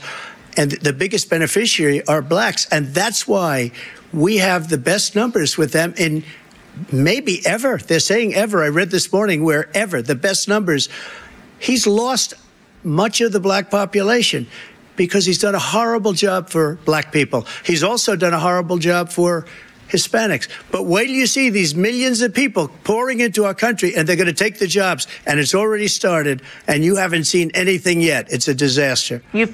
38 seconds left. President Trump, will you take any action as president to slow the climate crisis? So I want absolutely immaculate clean water, and I want absolutely clean air, and we had it. We had H2O. We had the best numbers ever, and we were using all forms of energy, all forms, everything. And yet, during my 4 years, I had the best environmental numbers ever. And my top environmental people gave me that statistic just before I walked on the stage, actually. I don't know where the hell he's been. The idea that anything he said is true. I've passed the most extensive climate change legislation in history. We find ourselves, and by the way, black colleges, I came up with $15 billion for HBCUs, historic black universities and colleges, because they don't have the kind of contributors that they have to build these laboratories and the like. Any black student is capable in college of doing any white student can do. They just don't have the money, but now they'll be able to get those jobs in high tech. We're in a situation where the idea that he is claiming to have done something that had the cleanest water, he hadn't done a damn thing with the environment. He pulled out of the Paris Peace Accord, Climate Accord. I immediately joined it because if we reach 1.5 degrees Celsius at any one point, there's no way back. The only existential threat to humanity is climate change, and he didn't do a damn thing about it. He wants to undo all that I've done. the Paris Accord was going to cost us $1 trillion, and China nothing, and Russia nothing, and India nothing. It was a ripoff of the United States. And I ended it because I didn't want to waste that money because they treat us horribly. We were the only ones. It was costing us money. Nobody else was paying into it. And it was a disaster. But everything that he said just now, I'll give you an example. I heard him say before insulin. I'm the one that got the insulin down for the seniors. I took care of the seniors. What he's doing is destroying all of our medical programs because the migrants coming in, they want everybody. And look, I have the biggest heart on the stage. I guarantee you that. And I want to take care of people. But we're destroying our country. They're taking over our schools, our hospitals, and they're going to be taking over Social Security. He is destroying Social Security, Medicare, and Medicaid. The idea is that we, in fact, we were the only ones of consequence who were not members of the Paris Accord.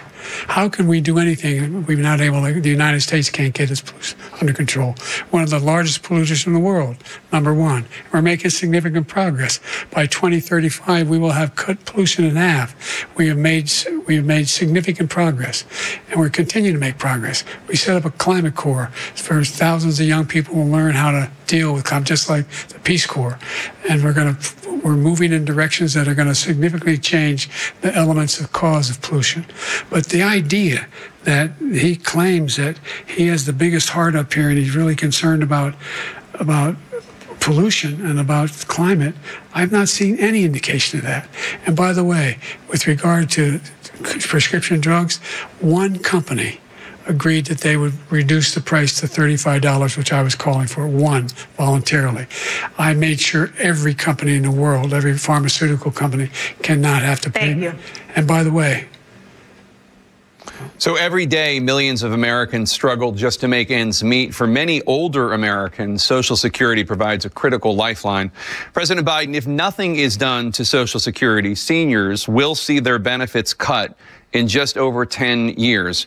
Will you name tonight one specific step that you're willing to take to keep Social Security solvent? Yes, make the very wealthy begin to pay their fair share. Right now, everybody making under $170,000 pays 6% of their income, of their paycheck, every single time they get a paycheck from the time the first one they get when they're 18 years old. The idea that they're going to, I'm proposing that everybody, they pay, the millionaires pay 1%. 1%. So no one I would not raise the cost of Social Security for anybody under $400,000. After that, I began to make the wealthy begin to pay their fair share by increasing from 1% beyond to be able to guarantee the program for life. So you still have 82 seconds left. Are there any other measures that you think that would be able to help keep Social Security solvent, or is that one enough? Well, no, that one enough will keep it solvent. But the biggest thing I'll do if we defeat this man, because he wants to get rid of Social Security. He thinks there's plenty to cut in Social Security. He's wanted to cut Social Security and Medicare both times, and and if you look at the program put forward by the House Republican caucus that I believe supports, is in fact want to cut it as well. The idea that we don't need to protect our seniors is ridiculous. And by the way, the American public has greater health care coverage today than ever before. And on the ACA, as I said, you're in a circumstance where 400,000 people, 40 million people would not have insurance because they have a pre-existing condition. Only thing that allows them to have that insurance is the fact that they, in fact, are part of the ACA. And by the way, the other thing is, we're in a situation where I talk about education for black communities. I've raised the amount of money for Pell Grants by another $8,000. So anybody making under $70,000 a year are going to be able to get $15,000 toward their tuition. He just doesn't know what he's talking about. Thank you, President Biden. President Trump. So I've dealt with politicians all my life. I've been on this side of the equation for the last 8 years. I've never seen anybody lie like this guy. He lies. I've never seen it. He can look you in the face about so many other things, too. And we mentioned the laptop. We mentioned Russia, Ukraine. Everything he does is a lie. It's misinformation and disinformation. The losers and suckers story that he made up is a total lie on the military. It's a disgrace. But Social Security He's destroying it because millions of people are pouring into our country, and they're putting them onto Social Security. They're putting them onto Medicare, Medicaid. They're putting them in our hospitals. They're taking the place of our citizens. What they're doing to the VA, to our veterans, is unbelievable. Our veterans are living in the street, and these people are living in luxury hotels. He doesn't know what he's doing, and it's really coming back. I've never seen such anger in our country before. President Biden? The idea that veterans are not being taken care of, I told you before. And by the way, when I said suckers and losers, he acknowledged after that he fired that general.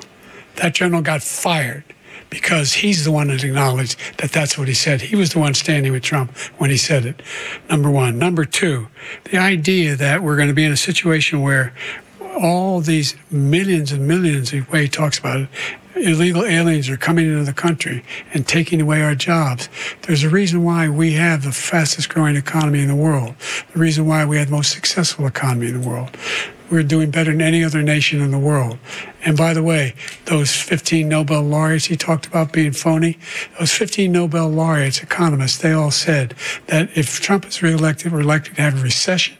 And inflation is going to increasingly go up.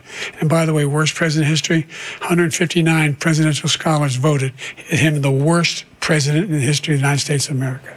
President Biden, thank you so much. Let's turn to the cost of child care, which many American families struggle to afford. President Trump, both you and President Biden have tried to address this issue, but the average cost of child care in this country has risen to more than $11,000 a year per child. For many families, the cost of child care for 2 children is more than their rent.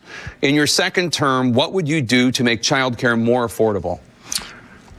Just to go back, the general got fired because he was no good. And if he said that, that's why he made it up. But we have 19 people that said I didn't say it, and they're very highly respected, much more so than him. The other thing is, he doesn't fire people. He never fired people. I've never seen him fire anybody. I did fire a lot. I fired Comey because he was no good. I fired a lot of the top people at the FBI, drained the swamp. They were no good. Not easy to fire people. You'd pay a price for it, but they were no good. I inherited these people. I didn't put him there. I didn't put Comey there. He was no good. I fired him. This guy hasn't fired anybody. He never fires. He should have fired every military man that was involved with that the Afghanistan horror show. The most embarrassing moment in the history of our country. He didn't fire. Did you fire anybody? Did you fire anybody that's on the border that's allowed us to have the worst border in the history of the world? Did anybody get fired for allowing 18 million people, many from prisons, many from mental institutions? Did you fire anybody that allowed our country to be destroyed?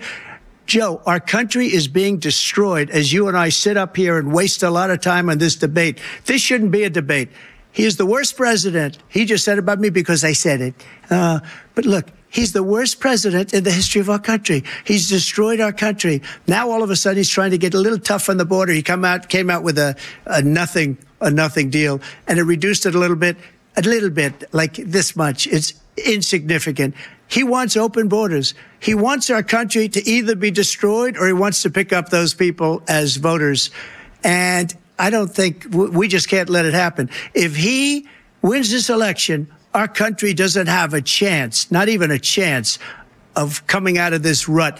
We probably won't have a country left anymore. That's how bad it is. He's the worst in history by far. Thank you, President Trump. President Biden? We're the most admired country in the world. We're the United States of America. There's nothing beyond our capacity. We have the finest military in the history of the world, the finest in the history of the world. No one thinks we're weak. No one wants to screw around with us. Nobody. Number one. Number two, the idea that we're talking about worst presidents. I wasn't joking. Look it up or go online. 159 or 58, don't hold me the exact number, presidential historians, they've had meetings and they voted who's the worst president in American history, one through best to worst. They said he was the worst in all of American history. That's a fact. That's not conjecture. He can argue they're wrong, but that's what they voted.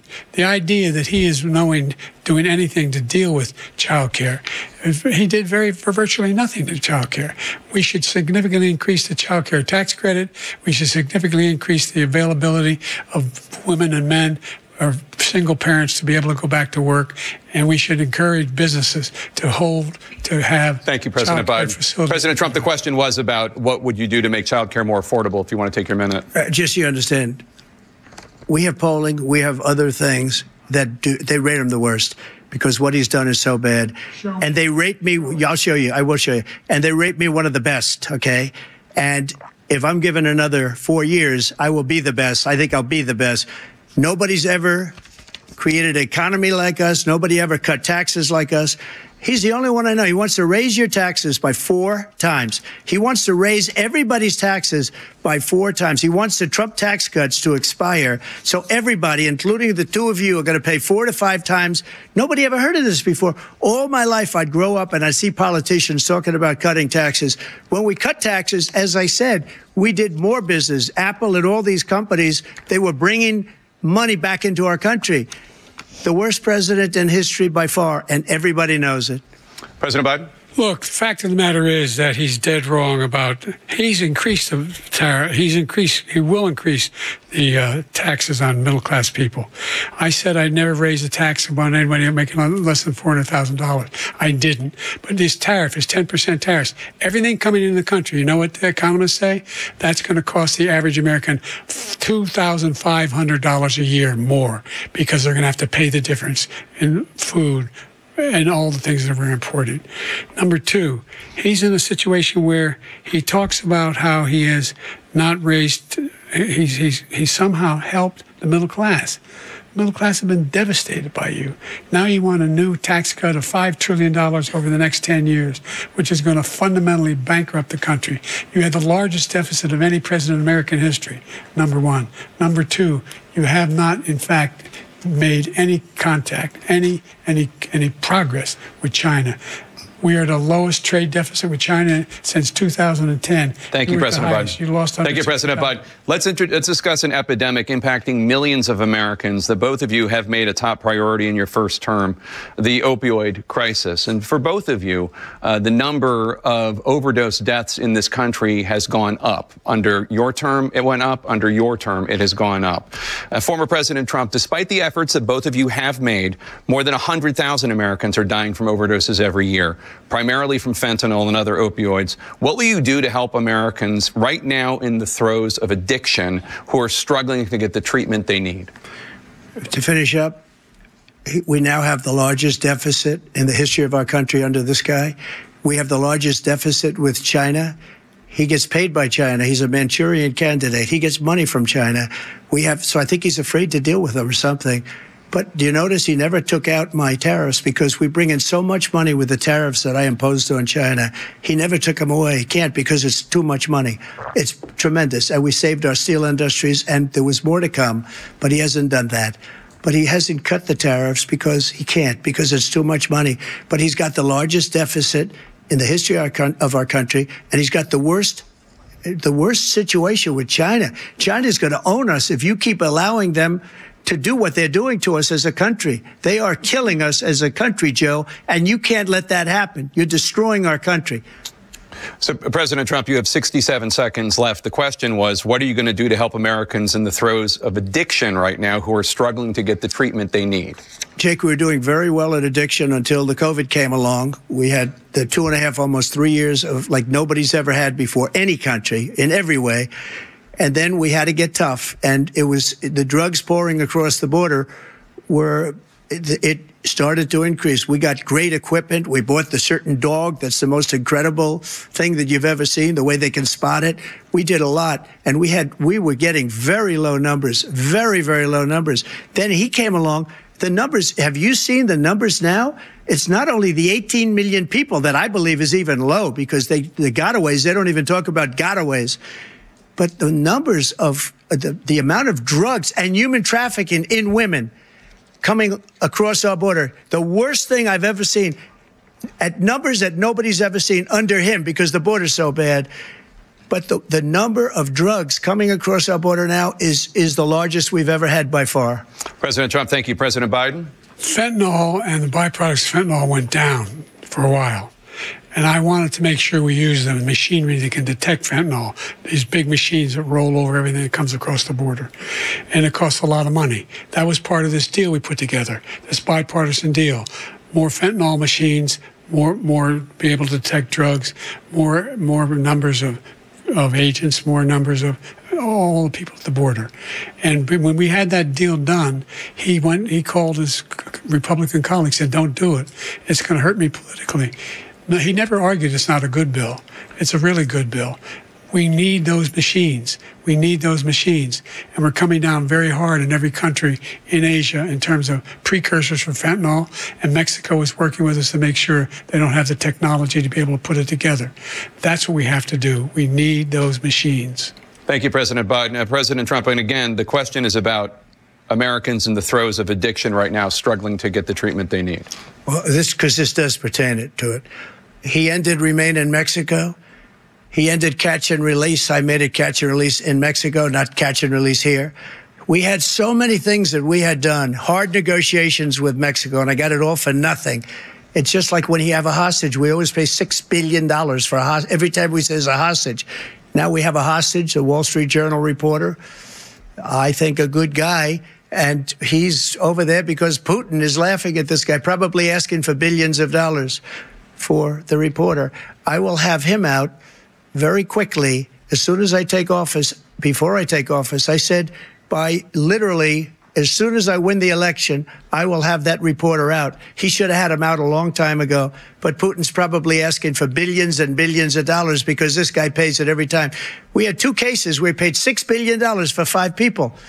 I got 58 people out, and I paid essentially nothing. Thank you, President Trump. Dana? Let's turn to concerns that voters have about each of you. President Biden, you would be 86 at the end of your second term. How do you address concerns about your capability to handle the toughest job in the world well into your 80s? Well, first of all, I spent half my career being criticized being the youngest person in politics. I was the second youngest person ever elected to the United States Senate, and now I'm the oldest. This guy's 3 years younger and a lot less competent. I think that just look at the record. Look at what I've done. Look how I've turned around the horrible situation he left me.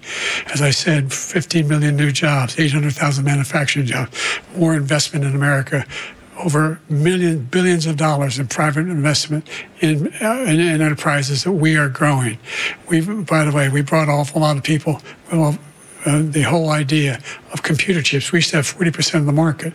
We invented those chips, and we lost it because he was sending people to find the cheapest jobs overseas and then bring home a product. So I went to South Korea. I convinced Samsung to invest billions of dollars here in the United States. And guess what? Those fabs, they call to build these chips, those fabs pay over $100,000. You don't need a college degree for them. And there's billions, about $40 billion already being invested and being built right now in the United States, creating significant jobs for Americans from all over the world. President Biden, you have 40 seconds left. Would you like to add anything? Yeah, I would. The idea that somehow we are this failing country. I never heard a president talk like this before. We're the envy of the world. Name me a single major country president who wouldn't trade places with the United States of America for all our problems and all our opportunities. We're the most progressive country in the world in getting things done. We're the strongest country in the world.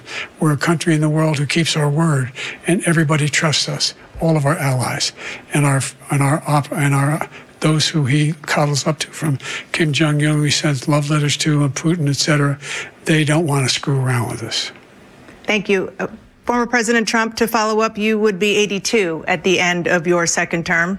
What do you say to voters who have concerns about your capabilities to serve? Well, I took 2 tests, cognitive tests. I aced them, both of them, as you know.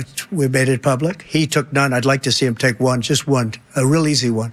Like go through the first 5 questions. He couldn't do it. But I took 2 cognitive tests. I took physical exams every year. And, you know, we knock on wood wherever we may have wood, that I'm in very good health. I just won 2 club championships, not even senior, 2 regular club championships. To do that, you have to be quite smart, and you have to be able to hit the ball a long way, and I do it. He doesn't do it. He can't hit a ball 50 yards. He challenged me to a golf match. He can't hit a ball 50 yards. I think I'm in very good shape. I feel that I'm as in good a shape as I was 25, 30 years ago. Actually, I'm probably a little bit lighter, but I'm in as good a shape as I was years ago. I feel very good. I feel the same. But I was willing to take a cognitive test. And you know what? If I didn't do well, I aced him. Dr. Ronnie Jackson, who's a great guy when he was White House doctor. And then I took another one, a similar one. And one of them said they've never seen anybody ace him. Thank you. President Biden? You can see he is 6'5" and only 223 pounds, or 235 pounds. Well, you said 6'4", 200. Well, anyway, that's what anyway, just take a look at what he says he is and take a look at what he is. Look, I'd be happy to have a driving contest with him. I got my handicap, which when I was vice president, down to a 6. But by the way, I told you before, I'm happy to play golf if you carry your own bag. Think you can do it? That's the biggest lie that he's a 6 handicap of all. I was an 8 handicap. Yeah. 8. Never. But I have, you know how many? I've seen you swing. I know you swing. Okay, let's not act like children. President Trump, we're going to turn. Let's not act like children. To a specific concern that voters have about you. Will you pledge tonight that once all legal challenges have been exhausted, that you will accept the results of this election, regardless of who wins, and you will say right now that political violence in any form is unacceptable? Well, I shouldn't have to say that, but of course I believe that. It's totally unacceptable. And if you would see my statements that I made on Twitter at the time, and also my statement that I made in the Rose Garden, you would say it's one of the strongest statements you've ever seen. In addition to the speech I made in front of, I believe, the largest crowd I've ever spoken to. And I will tell you, nobody ever talks about that. They talk about a relatively small number of people that went to the Capitol and in many cases were ushered in by the police. And as Nancy Pelosi said, it was her responsibility, not mine. She said that loud and clear. But the answer is, if the election is fair, free, and I want that more than anybody. And I'll tell you something. I wish he was a great president because I wouldn't be here right now. I'd be at one of my many places enjoying myself. I wouldn't be under indictment because I wouldn't have been his political opponent because he indicted me because I was his opponent. I wish he was a great president. I would rather have that. I wouldn't be here. I don't mind being here. But the only reason I'm here is he's so bad as a president that I'm going to make America great again. We're going to make America great again. We're a failing nation right now. We're a seriously failing nation. And we're a failing nation because of him. His policies are so bad. His military policies are insane.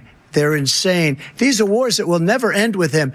He will drive us into World War III, and we're closer to World War III than anybody can imagine. We are very, very close to World War III, and he's driving us there. And Kim Jong-un and President Xi of China, Kim Jong-un of North Korea, all of these, Putin, they don't respect him. They don't fear him. They have nothing going with this gentleman, and he's going to drive us into World War III. You want a World War III, let him follow and win, and let Putin say, do what you want, NATO. Just do what you want. There's a thing called Article 5. An attack on one is attack on all, and required response. The idea, I can't think of a single major leader in the world who wouldn't trade places with the job I've done and what they've done. Because we are a powerful nation. We have wonderful peace. Because of the people, not me. It's because of the American people.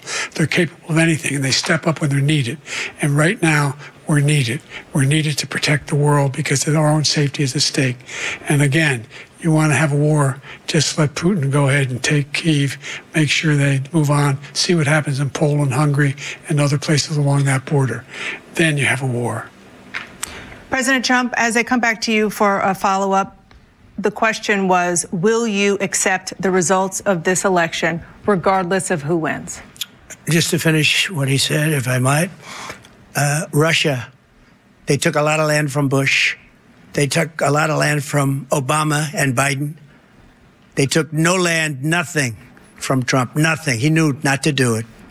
He's not going to play games with me. He knew that. I got along with him very well, but he knew not to play games. He took nothing from me. But now he's going to take the whole thing from this man right here.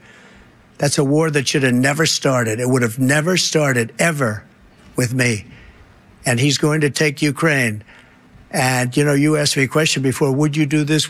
He's got us in such a bad position right now with Ukraine and Russia, because Ukraine's not winning that war. He said, I will never settle until such time. They're running out of people. They're running out of soldiers. They've lost so many people. It's so sad. They've lost so many people, and they've lost those gorgeous cities with the golden domes that are 1,000 years old, all because of him and stupid decisions. Russia would have never attacked if I were President Trump, president. the question was, will you accept the results of the election, regardless of who wins? Yes or no, please. If it's a fair and legal and good election, absolutely. I would have much rather accepted these, but the fraud and everything else was ridiculous. And if you want, we'll have a news conference on it in a week, or we'll have another one of these in a week. But I will absolutely, there's nothing I'd rather do. It would be much easier for me to do that than I'm running again. I wasn't really going to run until I saw the horrible job he did. He's destroying our country. I would be very happy to be someplace else, in a nice location someplace. And again, no indictments, no political opponent stuff, because it's the only way he thinks he can win. But unfortunately, it's driven up my numbers and driven them up to a very high level because the people understand it. Well, let's see what your numbers are when this election is over. Let's see. Let's see. You're a whiner. When you lost the first time, you continued, you appealed and appealed to courts all across the country. Not one single court in America said any of your claims had any merit, state or local, none. But you continue to provoke this lie about somehow there's all this misrepresentation, all this stealing. There is no evidence of that at all. And I tell you what, I doubt whether you'll accept it because you're such a whiner. The idea, if you lose again, you accepting anything, you can't stand the loss. Something snapped in you when you lost the last time. We'll be right back with more from the CNN presidential debate, live from Georgia.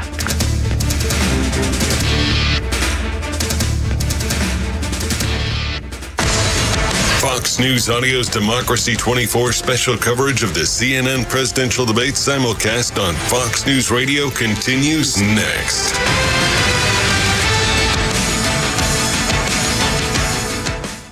From the Fox News Podcasts Network, download and listen to The Untold Story with Martha McCallum. The host of The Story on Fox News Channel sits down with major newsmakers each week to get their untold story. Subscribe and listen now by going to foxnewspodcasts.com. Interesting people are talking to Will Cain. I said, what do I call you? I call you Dwayne. I call you The Rock. He said, now that I own it, I can call you The Rock. Yes, I own it now. You can call me The Rock. Our next guest needs no introduction. It is Dr. Jordan Peters, my old friend and frenemy, Stephen A. Smith. What is going on here? I see the Will Cain show in the background. I see the microphone. Watch it live at noon Eastern, Monday through Thursday on foxnews.com. And get the podcast 5 days a week at foxnewspodcasts.com or wherever you download your favorite podcasts. I'm Gianna Gelosi with your Fox True Crime Minute. It's going to be life in prison without parole for a former University of Arizona graduate student convicted of killing a hydrology professor on campus months after he was expelled. A Pima County jury last month found Murad Dervish guilty of first-degree murder in the death of Thomas Meixner, who was shot 11 times near his office on October 5th, 2022. The 52-year-old headed the university's Department of Hydrology and Atmospheric Sciences. Dervish, who's 48 years old, was in the master's degree program in Atmospheric Sciences. Police say he was banned from the school in January of 2022 and later expelled for ongoing issues with professors after receiving bad grades. Jurors deliberated for less than 3 hours May 21st before reaching a guilty verdict. During the trial, Dervish's attorney said his client was in the middle of a psychotic episode at the time of the shooting and urged jurors to consider a lesser charge that would have meant confinement in a psychiatric hospital. There's more on the story at foxnews.com. Subscribe to the Fox True Crime Podcast with Emily Campagno. I'm Gianna Gelosi with your Fox True Crime Minute. From the Fox News Podcasts Network, subscribe and listen to the Trey Gowdy Podcast. Former federal prosecutor and 4-term U.S. Congressman from South Carolina brings you a one-of-a-kind podcast. Subscribe and listen now by going to foxnewspodcasts.com. Military Matters. With 2 wars overseas and growing concerns around national defense, Fox Business got an inside look at one of the most tried and true pieces of defense air equipment. The C-130J, aka Hercules or Herc, is celebrating its 70th anniversary this year. Over those 70 years, 2,700 C-130s have been made right here in Marietta, Georgia. Rod McLean of Lockheed Martin's Marietta site says, the way that it is built to fly fast enough to refuel fighter jets and slow enough to refuel helicopters, to be able to land in 3,000-foot runways is what makes this aircraft so unique, which makes it so viable. And the fact that we're continuing to modernize and provide advancements in the aircraft will continue to ensure that it will support our global warfighter needs across for many years to come. Lockheed Martin plans to build 20 of these planes this year, but they have the capacity to build as many as 36. With Military Matters, Madison Allworth, Fox Business. Now, back to Fox News Audio's Democracy 24 special coverage of the CNN presidential debate simulcast on Fox News Radio.